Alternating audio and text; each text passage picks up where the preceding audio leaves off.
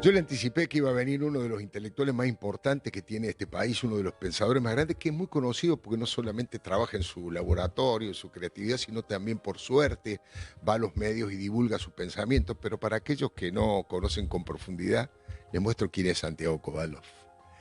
Es un filósofo argentino, ensayista y poeta, se graduó en filosofía por la Universidad de Buenos Aires, actualmente es el vicepresidente de la Academia Argentina de Letras y en el 2019 fue declarado ciudadano ilustre de la ciudad de Buenos Aires. ¿Es correcto todo esto, Santiago Kovalov? Hola, ¿qué No hay tal? ningún error, buenas noches. No hay error, efectivamente es así. Es Es así, así. está confirmado entonces.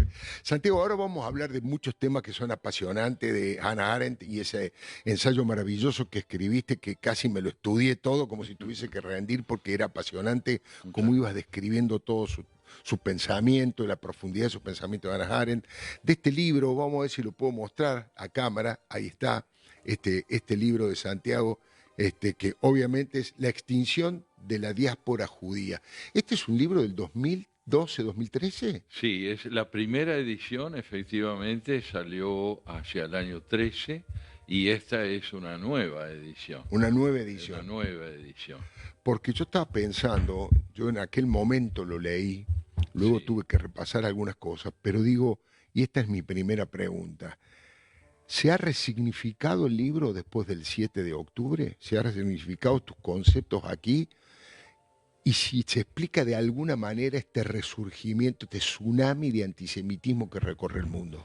Mira, preparando algunos de los puntos del libro para esta conversación, yo mismo advertí que no había perdido actualidad. Y en relación a lo que concretamente me preguntás, yo te diría que el libro anticipa, en cierta medida, para mi propia sorpresa, un fenómeno que creo que es central, y es la homologación que el terrorismo lleva a cabo entre la condición judía y la identidad israelí.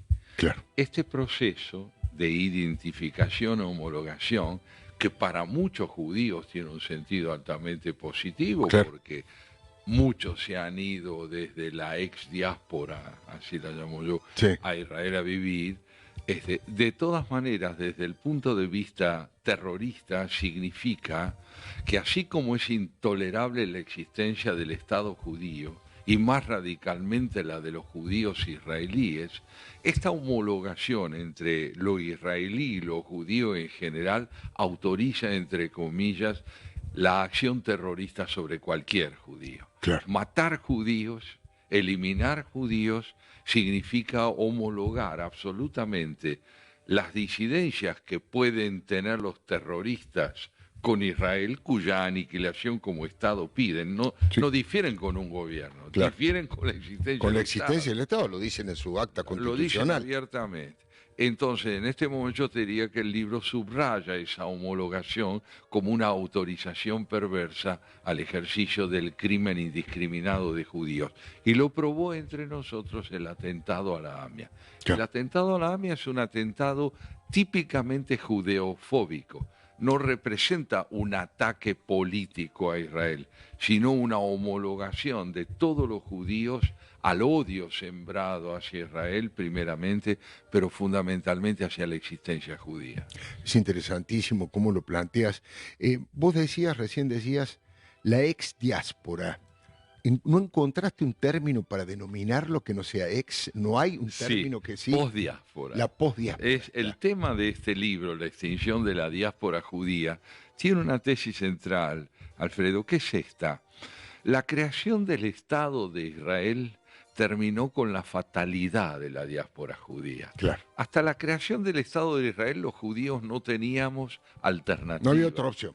No era Debíamos vivir a donde pudiéramos y aún identificados con los sitios donde viviéramos, la alternativa de una identidad nacional no existía. Claro. Pero desde el momento en que en 1948 se crea el Estado de Israel, los judíos tienen una opción y por lo tanto la fatalidad terminó. Claro. Yo puedo decidir si quiero ser un judío israelí o no. Yo puedo elegir el lugar donde me encuentro, ya no solo porque me han abierto las puertas para que esté allí, sino porque la existencia del Estado de Israel pone fin a lo que hay de irremediable en la diáspora, al abrir la posibilidad de ingresar a una nación judía. Entonces, a Israel, ¿qué le debemos? Incluso los judíos que no somos israelíes, la posibilidad de elegir dónde queremos estar, la posibilidad, no la fatalidad. Claro, claro, no como única opción, sino como una decisión libre, absolutamente independiente. Eso es lo que ha habilitado Israel en el judaísmo mundial. Se puede no vivir en Israel, pero no se puede como judíos vivir de espalda a Israel. Interesante lo que planteas. Me hiciste acordar en parte de la charla, de las varias charlas que tuve con alguien que admiro muchísimo como a vos, que es Julio María Sanguinetti. Sí. Él dice en un momento dos cosas fascinantes. Una lo puso en el título de su libro, que es Israel es la última trinchera de Occidente. Así. Digo porque creo que el terrorismo va más allá de los judíos, porque va contra los valores judeocristianos. De hecho, están matando cristianos en distintos lugares del mundo también, dividen el mundo entre fieles e infieles, y entre los infieles están los que no adoran a Mahoma. Y la otra, son dos frases, Israel es la última trinchera de Occidente en la zona. Y él dice, yo no soy judío, pero soy sionista, porque ser sionista es defender la existencia del Estado de Israel. ¿Qué opinas de esos dos conceptos? Bueno, yo diría, matizando un poco la hipótesis de quien tanto admiro, que es Julio María, diría lo siguiente. Para mí el sionismo no tolera, no respalda la idea de un judaísmo exterior a Israel. El sionismo aspira a reducir la identidad judía a la identidad nacional israelí. O sea, entonces, ir achicando la postdiáspora y que se vayan a vivir Israel. Claro, sí. es decir, creado el Estado de Israel, lo que desde el punto de vista estrictamente sionista corresponde es que todo judío sea israelí, claro, o se empeñe en serlo. Entonces, ¿qué quiere decir que apoyamos el sionismo? Quiere decir con él que apoyamos la creación del Estado judío. claro. Pero si el sionismo reduce las posibilidades de ser judío a las de ser israelí, yo creo que allí hay que decir con optimismo, el judaísmo es multívoco, es múltiple, es plural, claro. Tiene muchas configuraciones. ¿Qué sería del judaísmo si todos aquellos que no están en Israel abandonaran su pasión por los judíos, su interés por la educación judía, por la cultura judía? Es interesante. Marcelo Birmacher suele decir eso. Hay 1000 formas de ser judío, pero ninguna de no serlo. Dice. Exactamente. Bueno, Marcelo lo dice de un modo no solo hondo, sino gracioso también. Es que yo creo que el judaísmo es realmente pluriforme, es realmente multívoco en sus configuraciones. Y creo que lo que nosotros debemos decirle a quien reduce el judaísmo a la identidad nacional israelí, usted se está perdiendo la riqueza del judaísmo. Claro, el pluralismo, la diversidad extraordinaria. La diversidad en todos los puntos.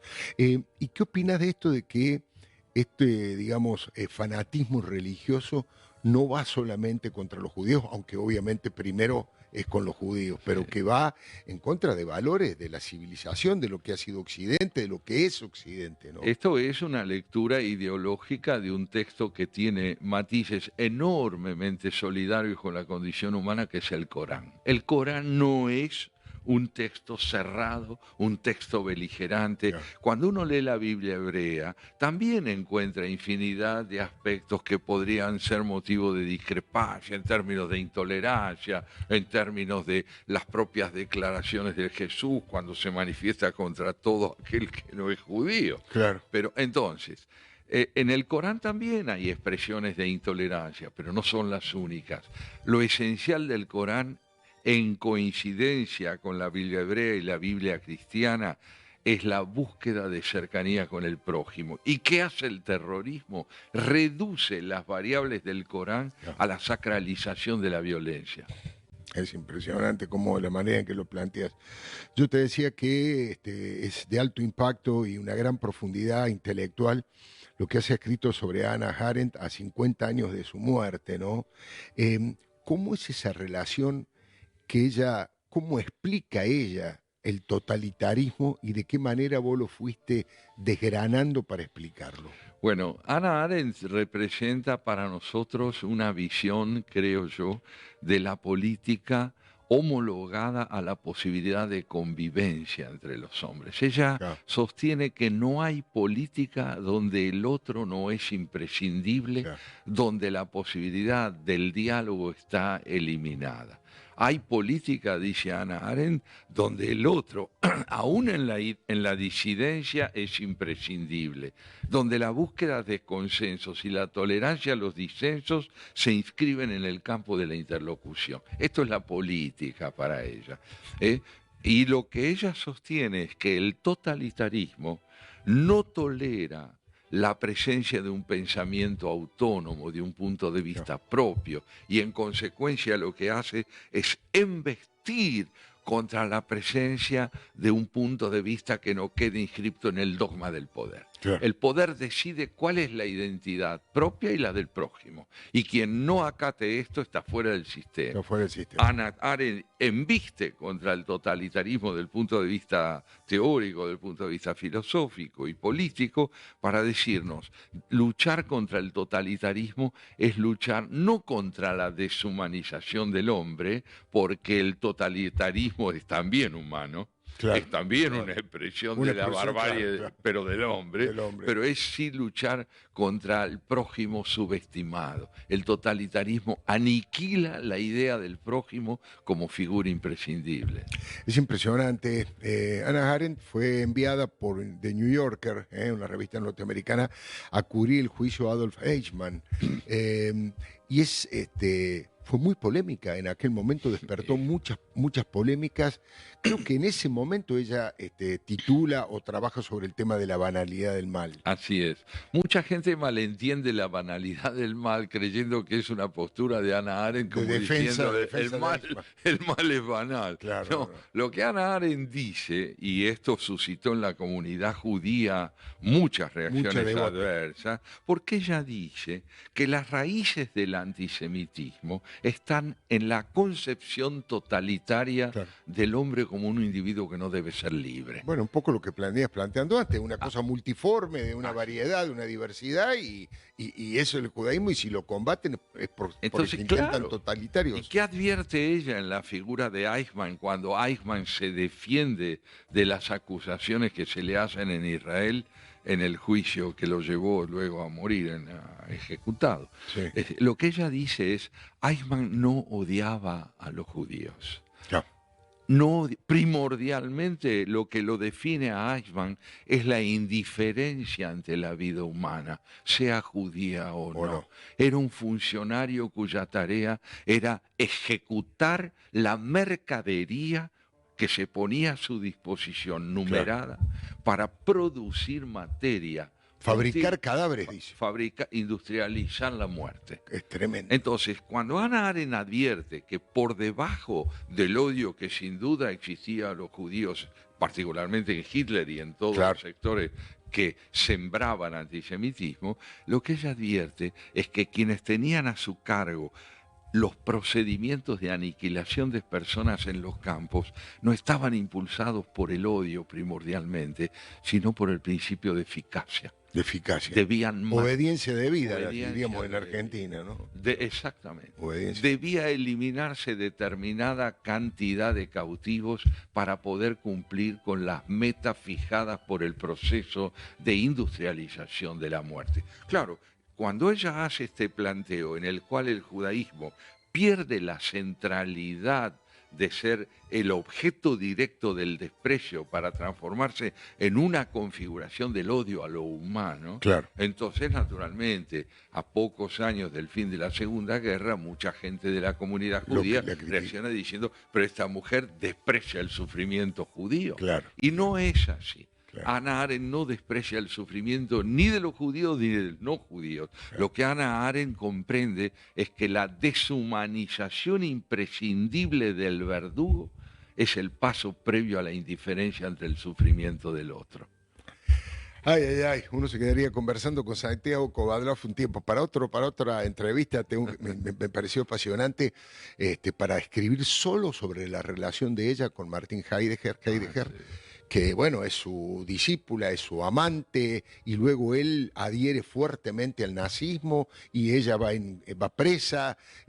Bueno, Te diría una palabra sí, antes de finalizar que creo que es importante. Toda la obra de Hannah Arendt puede ser leída como una discusión con su maestro claro. acerca de las categorías que para Heidegger son fundamentales, muchas de las cuales ella reconoce y otras que no le puede perdonar y se las Sí, discute. extraordinario. Qué lujo, señores. Santiago Kovalov aquí en La Clave. Lo espero el próximo lunes a las 9 de la noche aquí en D-News. Gracias.